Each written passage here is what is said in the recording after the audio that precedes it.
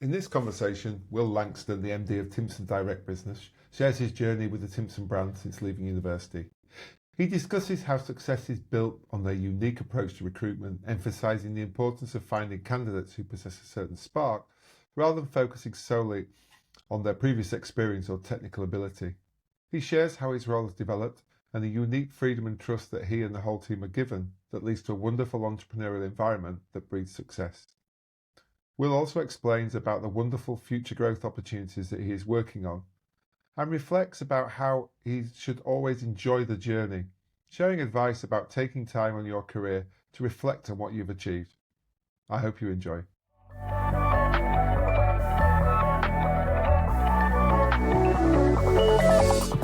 Hi, Will, and welcome to the podcast. Hi, Steve. Thanks for having me. Yes, exciting one. This will be a brand that everybody knows about, and so everybody will be really interested. So you're going to have to do a really good job, Will. You're going to have to impress us and educate us and entertain us for the next 45 minutes, if that's okay. I will do my very best. No pressure. Exactly. I thought I'd just set you up straight away.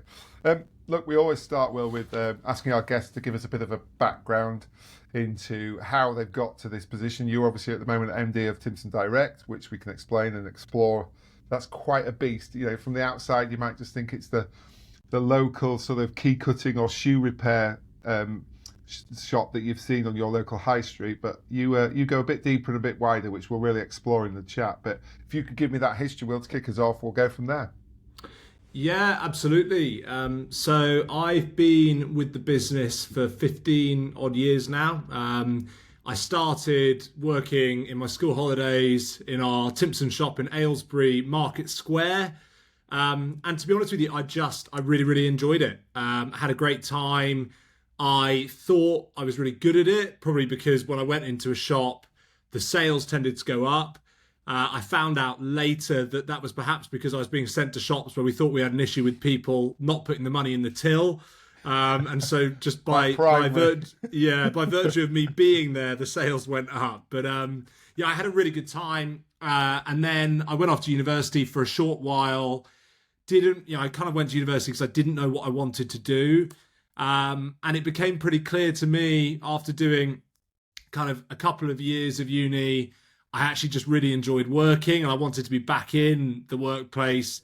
And so I left Leeds University and came back into the business, worked in all of the different parts of our business, our Timpson business, Max Spielman, Snappy Snaps. I opened a bar on Anglesey for a short while.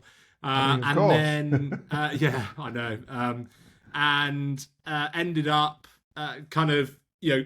sitting in each of our different support functions as well. So I got a really good understanding of what worked, what didn't work, where we were supporting our colleagues in the shops really well and where perhaps we could do a better job of it.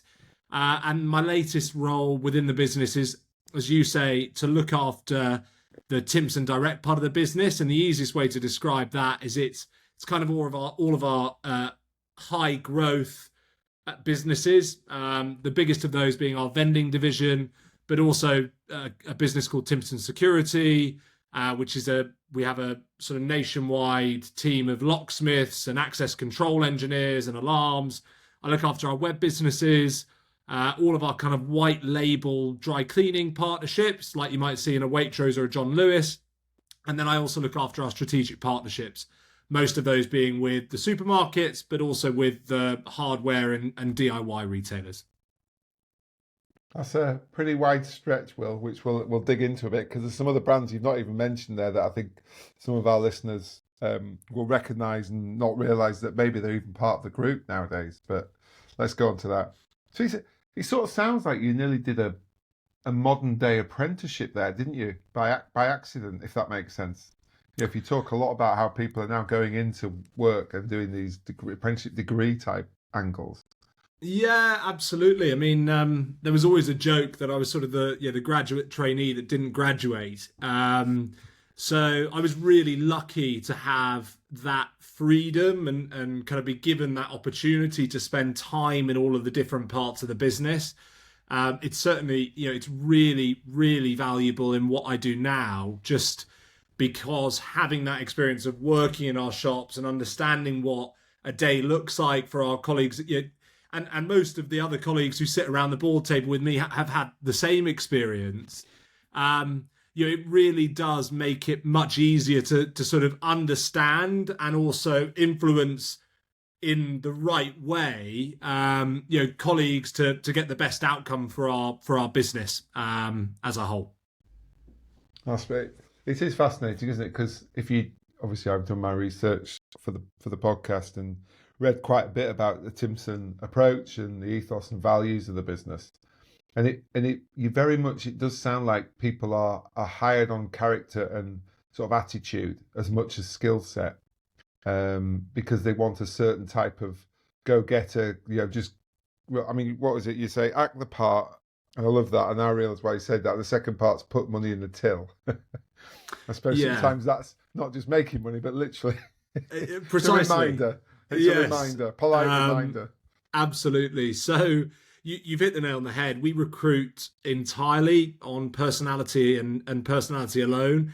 We actually, in the vast majority of roles that we recruit for, we actually really aren't looking for experience or a skill set, because we'd much rather take somebody who's never repaired shoes or cut keys or worked in a photo shop before, and train them to do it in the way that we like to do those things. All we're really looking for is that they've got that spark, there's something interesting about them. They're the sort of person that you'd like to sort of meet in the pub and have a half an hour conversation with. If they've got that, we can train them to do all the other stuff, and then it's up to them to serve customers as they see best. And as you say, all we really ask them to do is to look the part, to do all the common sense stuff like wear the uniform and open the shop on time and all of that sensible common sense type stuff, and to put the money in the till. And unfortunately, we do have a number of colleagues that forget to meet that crucial rule each year. But it's interesting, isn't it? If you make it very clear like that, they'll understand the ramifications if they don't do it. Yeah, absolutely. And we give our colleagues a huge amount of freedom, as I say, to sort of carry out their role in the way that they see best. And that's led to some pretty bonkers things happening in our business. If you ever go to the Max Spielman shop in Faversham in Kent, you'll find it painted pink. It's because the manager wanted to. Don't know if it's actually any good for sales or not, but that was what they wanted to do. And we've had all sorts of stories of colleagues looking after their customers' pets whilst they went on holiday, growing chilies in the window. And that's what brings a great character and personality to our business.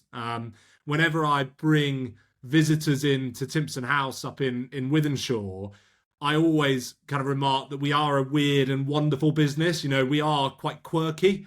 And it's all of the different personalities that we've got in the business that really make us who we are. Where did that? Obviously, the business is over 150 years old, isn't it? I think it was first founded in the 1860s, 1865. Yeah. Right. So it served its time. Can you look back and trace back that those values were there then, or is it more of as a more recent management like John has been involved, that's come to be more articulated in a more open way? So I think, or I'd certainly like to think that it's always been a family business with strong values at its core.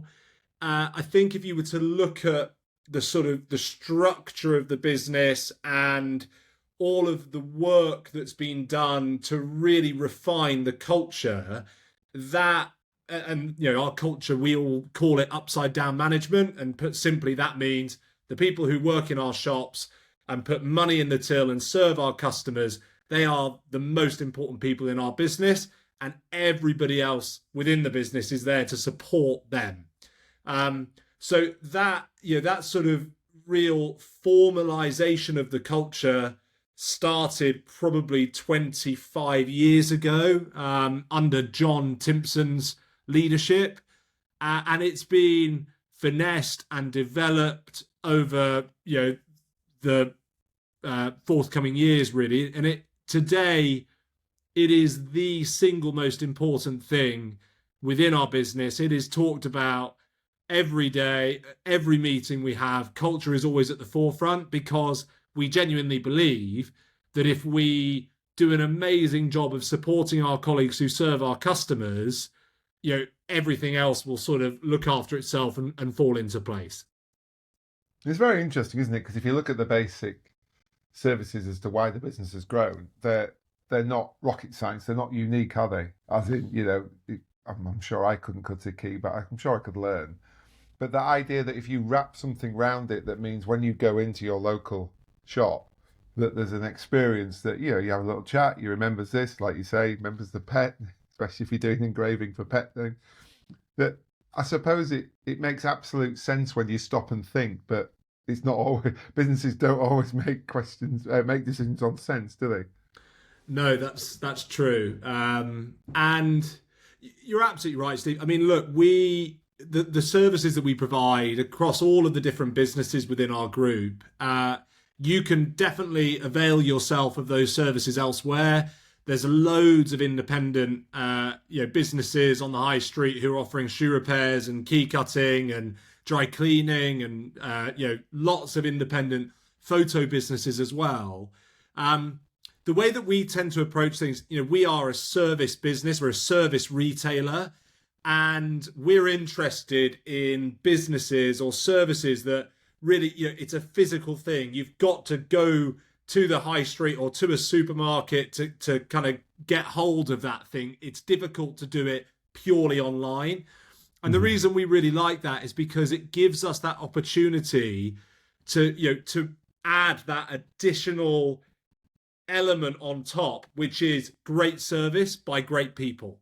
So we want to go above and beyond to amaze our customers when they come into our shops, so that they go away and they tell all their friends and family, I had the most amazing experience when I went into Timpson in, Gloucester, or I went into Max Spielman in Leeds.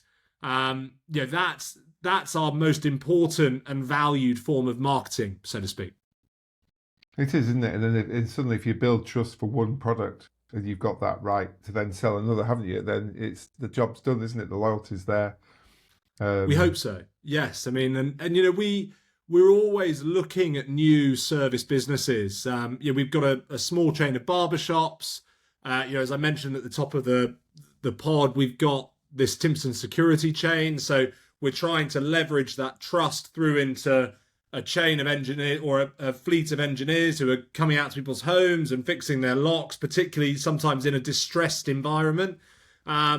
And then we've got, we've looked at doing a chain of pet groomers as well. So we're always on the lookout for a sort of service-based business where we think that by adding that unique sort of spark of personality, it might set us apart from the competition. That's interesting. So we talked about this earlier in terms of what a lot of times people is, how far can a brand stretch in terms of its offer? How far is that elasticity for customers to go, should I get my haircut at Timpson or at Timpson? Obviously, you've got a different brand. Have you got a formula for that, or is it very much done on gut and feel for the opportunity that presents itself? Yeah, so we're really lucky, and it's another one of those quirks, I suppose, of our business. We are a family-owned business. The benefit of that is we haven't got any shareholders to answer to, and added to that, the fact that all of the best ideas we've ever introduced within our business have come from colleagues within the business, often working in the shops or elsewhere, and so there isn't really a tried and tested formula for, should we do this or should we not? We just, someone has an idea, and normally one of our chief exec, before he moved on to become prisons minister, or John, or another one of us sitting around the table go, I really support that, let's give it a go. It's actually me who's really pushing pet grooming at the moment, so TBC whether or not we end up launching that concept. And go on then to talk about what was your pitch to the board then to get that on? What had you seen? Did you think in the market? Well, to be honest with you, it was about, we actually had a negative experience, I suppose, with taking our dog to a groomer. Not that they didn't do a good job, but more about, you've got to wait 8 weeks and it costs an absolute fortune. And I just know everybody that I was speaking to who were taking their dogs or pets to groomers were telling me the same thing, that they're all absolutely stacked out. There's not enough groomers on the high street. They do a good job when you're there, but it costs a fortune and it's difficult to find availability. And so it got me thinking that maybe Timpson's Tales was a good concept for us to look at. And so how did I now take I that? know. Why don't you just say that, Will? That was the only thing you had to tell me. How I took that to the board was a chat GPT sort of mock-up of a Timpson's Tales fascia and a fag packet business plan. And I mean, look, we've got a lot on at the moment, but watch this space. I wouldn't be surprised if you saw us in the grooming market one day. That's fascinating. That's absolutely brilliant. I love that. And like you say, as soon as something's got a good name, it's like, I've heard that before. That must be already real. And then suddenly the energy goes into it, doesn't it? So in terms of let's talk a bit about you rather than the business, and we'll come back to it, because it's rare I've met somebody on the podcast so far who's got to your level of success, who has been at one organisation all the way through. Now, listening from the outside, it sounds like they've done a fantastic job of allowing you to understand every aspect of such a big business that you could sort of then fall into the areas where your skills met. Is that a fair submission?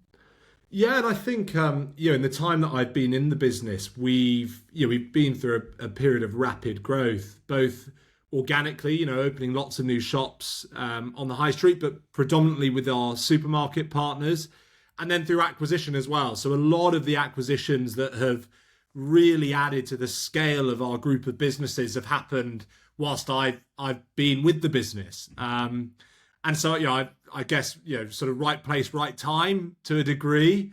But I think the business have done a fantastic job, not just with me, but with lots of members of our senior leadership team of sort of, as new opportunities have come up, be that through acquisition or otherwise, sort of picking the right person to plant in and grow new businesses and new ventures out of quite small ideas initially.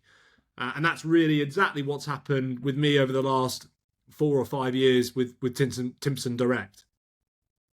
You've just been given that sort of nearly playground to develop and evolve, but obviously you came with such a good insight of working with the business from frontline with the customer. You understand every aspect of what the business does then. Yeah, I mean, I've still got a hell of a lot to learn. Don't get me wrong, but we are so lucky in our business. I speak to lots of my peers and hear the frustrations that they've got of working in big corporate organizations. We are given a vast amount of freedom in our business to make mistakes, to try new things, to just really get on with it. And I think probably, one of the reasons that I've managed to sort of get to where I am today is, I just said yes. I was asked, do you want to go and give this a try? And I'll give it a go. That led to some weird and wonderful experiences, living in all sorts of different parts of the country, sometimes with very short notice. One of the sort of less favourable jobs that I went and did was to go drive around every single Asda site in the UK in a very, very short space of time, taking pictures of their photo counters before we took on that business, and then having to draw pages and pages of sketches of their layouts. So I am, whilst I've still got a hell of a lot to learn, I am an absolute expert on Asda supermarket formats. Well, they're just up the road from us here, so I'm sure they'll always have you. There you go. You probably know better than them about their estate. So because wasn't one of you, weren't you literally asked to go up to Edinburgh or Glasgow at very, very short notice in early days? Yeah, that was fairly early on in my career. Our chief exec called me into his office on, I think it was a Thursday or a Friday afternoon, and said, I've got some good news and some bad news. And I said, well, give me the bad news first. I said, I need you to go to Scotland, and I need you to go on Monday, and I don't know how long you're going to be there. But I said, and what's the good news? He said, I've got you a nice flat in Edinburgh and I'll fly you back down to see your girlfriend, who's now my wife, every weekend. Oh, that's nice. He knew the way to your heart. And what was the role then? Were you sent up to troubleshoot or sent up to? Yeah, we were having some problems with our photo business up there, and I'm pleased to say it's in a much better place now. Not because of me, but because we've got a fantastic area manager looking after that business now. So Brilliant. I love it. It's interesting how, there's a lot said about as generations come through businesses now that they wouldn't accept that sort of thing. It seems like the business gives correctly with one hand and gives you that freedom, but then obviously then will expect a level of return back. But that's how brilliant relationships work, isn't it? It's balanced. It's not like they're always taking or you're always giving. Is that fair? yeah, I think one of the external perceptions of our business is that we're really soft, and that's because, don't get me wrong, I think we do a huge amount of good things, mainly to support our colleagues and their well-being. And there are some really nice additional perks like the free holiday homes and extra days off for birthdays and when kids start school and all of that stuff. And all of that is really important to us. And we know, by the way, it's important because it's the right thing to do by our colleagues, but it's also important because we know where we have a happy colleague, we make more money. And so, it's not just a sort of philanthropic venture, this. It is highly commercial. And I think, there's a great graph, which I can't show you today, but where we've effectively put our happy index results. So once a year, we do this thing called the happy index. It's the most important measure of our performance. And that is, it's really simple. We ask every colleague in the business, out of 10, how would you rate the support you received from your sort of line manager this year? And there's a direct correlation between the scores in our happy index every year and our profitability. So, we know that the more that we can do to help ensure our colleagues are happy, the better the business is going to perform from a financial standpoint. That's fascinating. Again, when you hear it said out loud, it's like, well, of course. But it's rare. There's not many do because it's interesting, that thing, isn't it? And I've talked a lot about this with other guests, is that it's the idea of, obviously no businesses are there just in a benevolent, well, some are, but as a rule, most commercial businesses are not a benevolent sort of charity and loving. They're there to make money, but I suppose it's the process that they put in place to make that money. If it is the money first, then the cost later, where it sounds like at Timpson, it's very much sort out brilliant people that will give a brilliant experience to customers, and then the money will follow. Yeah, I mean, look, the first rule of business is make a profit, right? Because if that, we've got a responsibility to keep all of our colleagues employed, and that's really, really important. So that's kind of our number one rule. We've got to make sure we have a responsibility to all of those amazing people that work within our business to keep the business going. But after that, it really is about how you do that. So is it profit at all costs? No, absolutely not. And there's, in our view, there is a right way of doing business that means you can look after your people, create a really supportive and nurturing culture, and also make lots of profit at the same time. They don't have to be in isolation of each other. Yeah. Yeah, I suppose, and the fact that you're so open about it as well helps everybody else understand their key role in that journey, don't they, too? So everyone then celebrates the success at the end. Yeah, precisely. So in terms of sort of your personal development, Will, how have you found that? You've obviously got some great experience in the business. Are they very good at training and development? Because obviously, as you build your style, you're taking on lots of things. Your role seems to be changing by the month at times. So how have you found your development of your sort of like leadership style and as you've grown within Timpson? Yeah, again, so we've got an amazing training program within the business, led by Dan Jenkins, who's our sort of head of L&D. And we have something we call the Timpson degree, which is really kind of taking our colleagues through that, developing their leadership over the course of a year or two. But I think, for me, and I joined the business prior to us having the Timpson degree in place. We had things that were similar to it, albeit not as developed or as sort of slick as perhaps we are now. But I've just been really lucky in that the people who have supported me in the business have, found me the right next step at the right time. So, I remember if I were to look back, I don't know, 10, 15 years ago now, I would have thought I was ready for the role that I'm doing today. I absolutely would not have been. But, that's through, I think, really good leadership that we haven't, I've not been over promoted. It's been frustrating at times. At times I'm thinking, come on, I'm ready for the next thing. I want to get on. But that just is testament, I think, to the people who have looked after me through the course of my career with the business, who have just found the right next step at the right time.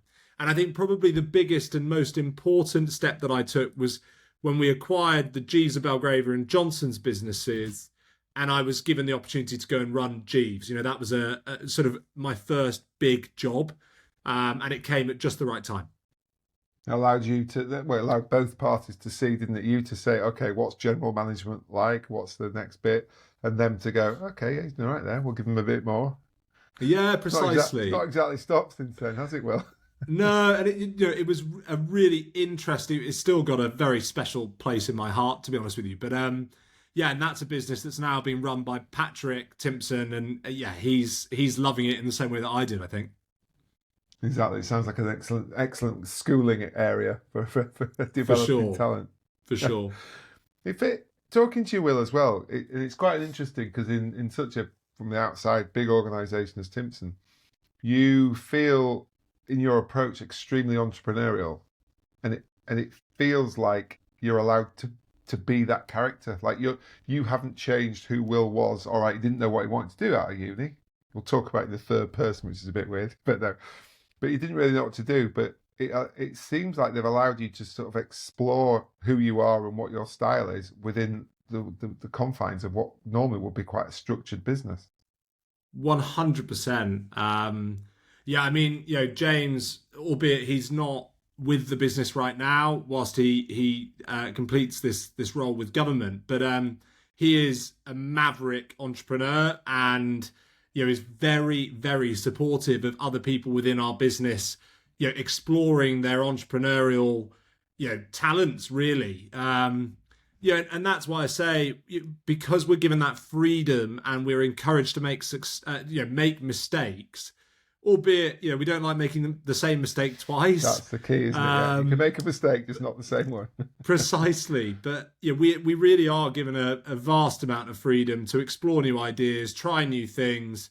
And if I'm honest, Steve, if I'd have been in a big corporate, and I look at some of my peer group who've gone down that path, and I would have withered and died, I think. I don't think I could have survived it. So yeah, I'm really lucky to be where I am. But again, it's really smart leadership, isn't it, to do that? And I assume you're not the exception. Other people get that freedom if they show that energy and verve and commitment to the business. Yeah, it all comes back to that the culture of upside down management. We genuinely do give colleagues in shops and elsewhere the total authority to do whatever they think is best to give that customer amazing service. And when you look back, watch repairs is one of our biggest services. That all came from a chap called Glenn who worked in a shop in the Midlands, and he spotted that the kind of guy who worked on the market store on a weekend was doing watch batteries and straps, and he was doing quite good business. So he thought, I want in on that. And so he went and bought some watch straps and some batteries, and he was doing them for customers and putting all the money through the till. And one day John Timpson turned up, and Glenn thought he was going to get the sack for doing this thing without asking. John promoted him, gave him a company car, and asked him if he could go and roll this new service out to the whole business. So the freedom it is across the business. If anything, perhaps there's even more freedom when you're working in our shops. I just suppose, the freedom of decision making that we've got, around the board table. Obviously, those decisions can have a really significant impact about, on the whole business rather than perhaps Yeah. a more isolated event in a shop. And especially because each community is so unique, isn't it, in the UK, that you'll have shops, like you say, maybe one next to a supermarket. There's one in the centre of Leeds just next to us here, and it's very different clientele, very different customers, very different person that works in there. But they've all got that. I found it quite interesting when I've been researching. They've all got that something, and if you can give them that freedom to make their shop theirs, i.e., but under the Timpson banner, it's sort of quite exciting, isn't it? Because people come back for that person. Yeah, absolutely. From Penzance to Oban and Elgin up in Scotland, we've got shops kind of the length and breadth of the country, and we really do want, when colleagues take on a shop, we want them to feel that they've got ownership of that shop. It's their space.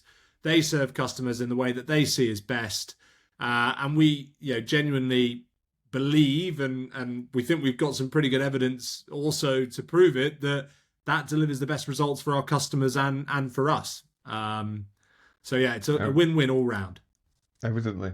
And in terms of, obviously, you mentioned there's quite a lot of the family still in the family business, of course, as it should be.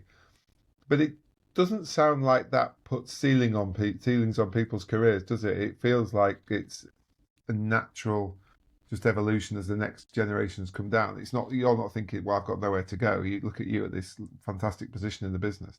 How do they manage that? How do they keep that going? Yeah, I mean, it certainly hasn't been a challenge for the business yet. As far as I'm aware, we've got lots of the family are working in the business today, and they are in some really exciting and interesting roles. Who knows what the future will look like? I think everybody, as long as everybody's kind of pushing in the same direction and is remaining on course to keep growing the business and keeping the business on the front foot, that just keeps on creating more opportunities. So interestingly, actually, I was reading over the weekend, our chairman does a report that he writes what the business is going to look like in 15 years. It's interesting. He does it sort of every 3 years, and it's amazing how accurate some of the previous ones have ended up being. But you read some of the things that he's considering might be taking place, and look, the world is moving very, very quickly. We can only look so far ahead. So our job right now is to keep growing the business, and that will create a huge amount of opportunities for colleagues to sort of take the next step. I suppose in a world where we all hear the AI dreaded word every 5 minutes, it feels like there's a business there that is built on service and built on human connection. Now, you could use AI in the background to be more efficient, but you're never going to replace that insight and that relationship, are you? I would be amazed if you I ever... hope not. If not, Will, let's go.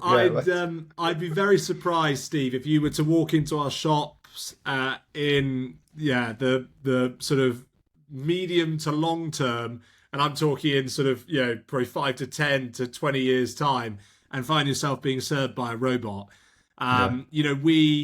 We absolutely are exploring AI and how that can make us more efficient and do a better job of serving our customers and supporting our colleagues. But we're not going to be one of those businesses that kind of is trying to use it to solve absolutely every challenge that possibly might exist within their business. It will be complementary to what we do, but fundamentally we come back to, we want to have amazing people serving our customers in our shops. Brilliant. Right. I'll encourage my sons to come and work for you then, because I keep telling them you've got to get a job that needs people. Don't go and be a lawyer where you can get replicated, or don't go be an accountant. Hey, and I am a massive advocate of vocational careers. I mean, we need more electricians. We need more people who are good at building houses, and I think electricians are going to be wealthy individuals. I was reading a great article actually about the state of the kind of electrician employment market in the US at the moment. And I guess people didn't realize that building all these data centers for AI computation requires people who know what they're doing with electrics. Yeah, very true. Oh, and maybe that's the next. This is the next ideas coming through for your Timpson Direct offer, isn't it? I can see it. Plumbers, we're not far off already, Steve. We've got a business called Timpson Technical Services, which does just that. Yeah, so we do. Yeah. Why would I question that you'd already got that sorted? So it's an interesting one, though, Will. You know, like we talked there. I mean, there's like the Max Spielman, there's the Snappy Snaps. Dry cleaning, you've got the locksmiths, obviously the barbers. You've also got some vending bits and pieces, haven't you? Got automatic key cutting machines in. There's one I've seen. I think, is it one in Morrison's? Have you got stuff in Morrison's for that? Yeah, correct. Yeah. And so, how do you keep over it all? How do you go and realise each day, right? Where's my attention go? I have very detailed to-do lists, which I still write down with pen and paper and go through those every morning. And to be honest, I break them up. So every different sort of part of the business that I look after has its own sort of to-do page and what's going on at any given time. So lots of scribbling. But I've also got an amazing team of colleagues around me who really keep the lights on. I've got a chap called James Jackson, who's our operations director. We were really lucky. When we acquired the Morrison's dry cleaning business, he came with it. And he was, we would be not the same business today that we are with him. So I'm really lucky. He's sort of my right-hand man. And then I've got great people who look after each of those different businesses. And I've also got to give a shout out to Martine, my PA, who really, if it weren't for her, I'd be knackered, if I'm honest, Steve. You collapse. Yeah. I love I've met somebody else I love a list. You need a list. It's the only way I can sort of sort my head out is to get it onto paper. Because it's funny, I'll use, going back to what we talked about there, to research an episode, I will kick off with some AI because it can go out and bring me back and it brings back all this information. But then I handwrite 2 pages. And all for it. It doesn't go into my head if not. Whereas this, and I hardly use it when I'm on a podcast, but it just gives me that confidence. Right, it's there. Somehow it's rattling around there. And I don't know about you, but I actually tried one of those sort of electronic, I think it was called Todoist. Tried them all. It's not the same. It's just making. The other reason being, there is nothing quite as satisfying as drawing a line through something that you've completed. I'm all for an old-fashioned to-do list. Yeah, well, let's not get that psychoanalyzed. That'll mean something, but I don't care. I'm sure. It works for me. So there's probably, it's interesting, obviously, because James, as you say, he's gone to be the prison minister, hasn't he, at the moment with the current government, which got the business some nice personal publicity. But the foundation, it was so forward-thinking, wasn't it, with the Timpson Foundation and how it supports ex-offenders and gets them back into the community. Do you want to share a little bit about that? I know it's not your area, but I think it's important that we just blow the trumpet of this business. I mean, look, it's an area that I'm very passionate about, so happy to talk about it. But our absolute expert on this is a guy called Darren Burns. If you're really interested, do feel free to reach out to him. He'd be happy to have a chat. But yeah, so look, the work that James really started, which was, it all began because he did a visit in a prison in Manchester, and the chap who was taking him round was a resident within the prison, and he said, look, at the end of the tour, James really liked him, and he slipped him his business card and said, when you get out, give us a call, I'll give you a job, which he did, and he still manages to shop with us many, many years later. And at first, James kept it quite quiet for the rest of the business. He was sort of feeling out how it would work and how it would be received. But quite quickly, he, I think, gained the clarity that the people that we were employing from prison stayed with us longer. They were more loyal. They were really hardworking. And so he felt that there was a real opportunity there to do that sort of at scale. And so today, I think, Darren could always correct me, but it's in the region of 11% of our colleagues have joined us from prison or have a conviction of one kind or another. And they are some of our absolute best colleagues. Have we had challenges? 100%. But we also have a recruitment market which, up until lots of other businesses, like Greg's, Virgin, there are loads of businesses who are now doing what we do. Up until they were doing it too, it's kind of untapped. Yeah. Now you go into a prison, you find, Greg's have been in the day before and they've interviewed everyone and got all the best colleagues. But it's that lure of the free pasty beats it, does it? Beats the key cutting. Hey, I mean, they're a very commercial business. I don't know if they're giving free pasties away, but they're also a great business. We're very fond of them. But look, again, it comes back to this is not a wholly philanthropic venture. It makes really good commercial sense. The colleagues that we employ from prison, they are really loyal. They work really hard. And so it's a win-win. But it's interesting, you're right. Obviously, it is commercially sound, but you've still got to have, at first, the guts to do it, because not many people did they, when you first started doing it? And you deserve and reap the rewards of that decision, in my view. And as I say, James is a maverick entrepreneur. He tries lots of new ideas, and he's good at what he does. Put it that way. Yeah, I think you've been very honest, isn't it? Like we'll have younger listeners on, hopefully, who are just starting out their careers. Don't assume everything you will do in your job will work.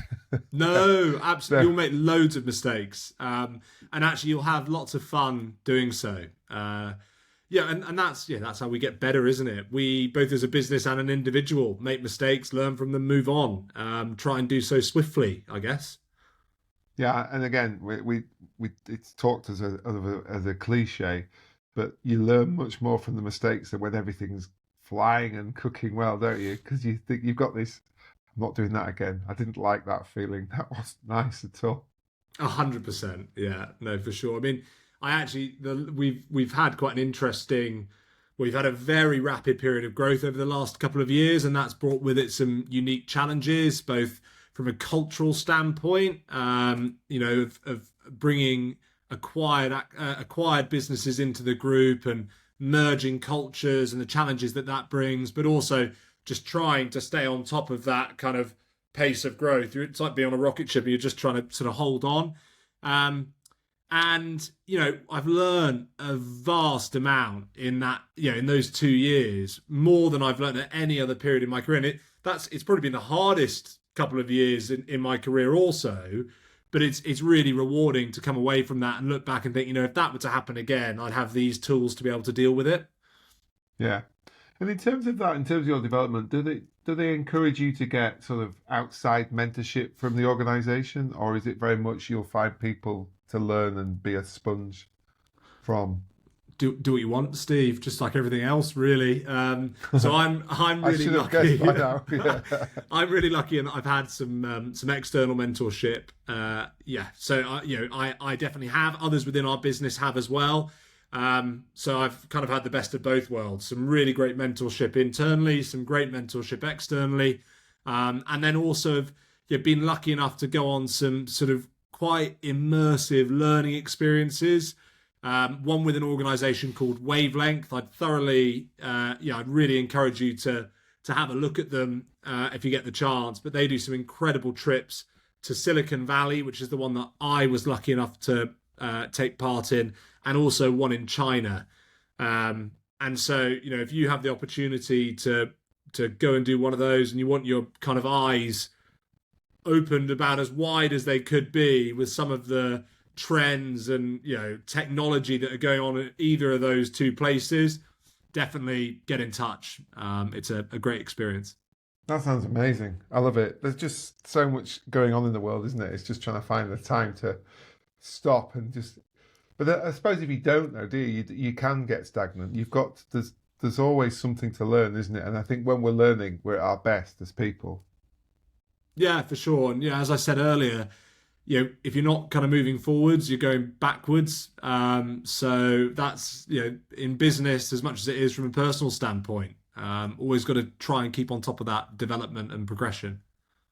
Brilliant. So as you look forward, both with the Timpson Direct business and your role, what are you looking forward to the next sort of 3 to 5 years? What can you see on the horizon that excites you?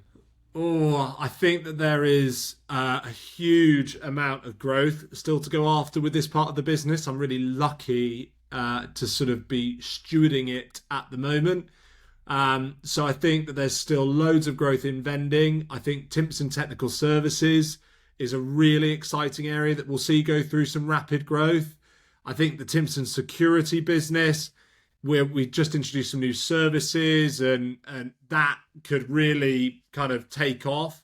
And then, I think there are lots of opportunities in our business. I know that I said you'll always be served by a colleague in a shop, but we are similarly to the way we have with vending. And the reason we do vending is because we weren't going to be able to open a shop in every supermarket and get close to our customers in every instance.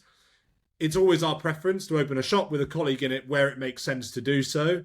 If we can't, because it doesn't make commercial sense, we want to offer our kind of primary services to our customers wherever possible. So we do keys, we do photo printing, we do photo ID.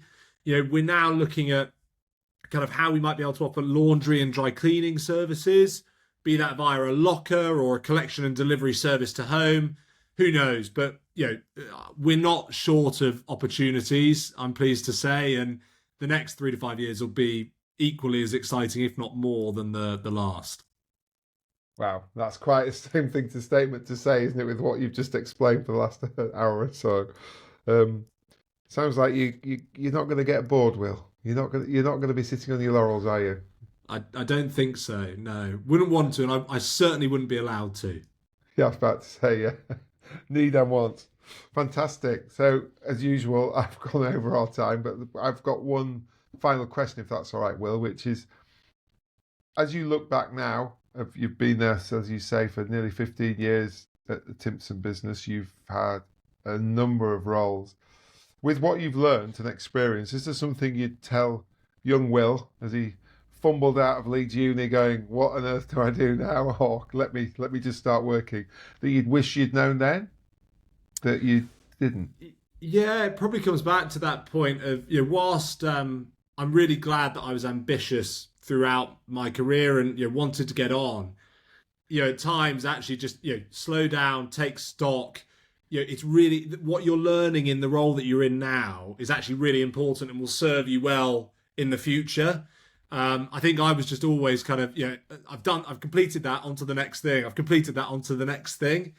And I actually, it isn't the worst thing in the world just to take your time a little bit, say yes, absolutely be that person that, will take on challenges and respond to weird and wonderful requests.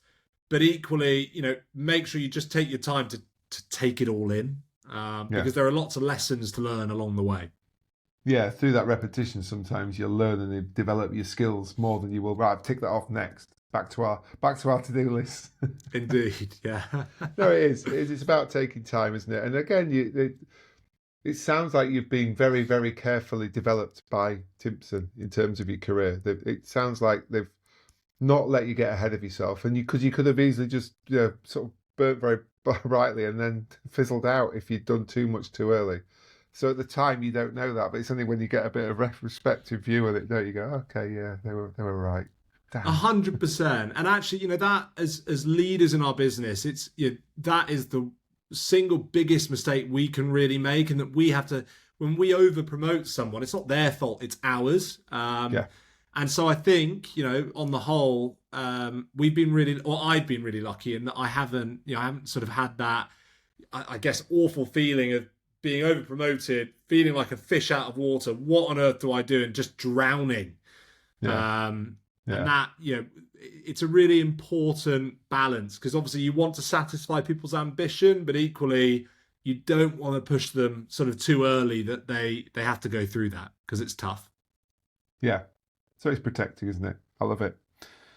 Well, that has been absolutely fascinating. I'm sure we've opened everybody's eyes to the business, which is hopefully a great advertising campaign for you as well at the same time, that makes sure people realise what they can get from their local store or online. So we'll watch your journey with a lot of interest, and I'll look out for the launch of Timpson Tales very soon. Thanks so much, Steve. Yeah, I mean, advertising. I wish people were sort of waking up in the morning thinking, "Oh, I just can't wait to go and get my key cut today." But unfortunately, we are in a bit of a grudge purchase business, so yeah, we'll see. But I've really enjoyed it. Thank you so much, and yeah, as I say, I'll be in your part of the world this Friday. So Right, do let me know what you think of our new shop in the Trinity Centre in Leeds. I'll go do my research now. Thanks, Will. Thanks, Steve.